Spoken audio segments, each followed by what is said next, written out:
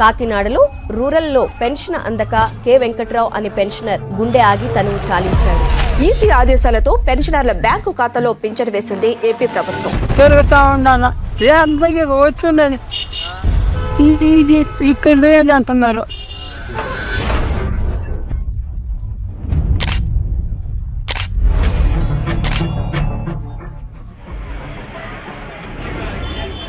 ఆడి నిలబడుకోలేకొచ్చేసిన నేను ఈ బుద్ధే కదా మాకు దిప్పిస్తున్నారా. ఏడుగర రాను 150 రూపాయలు అయ్యింది.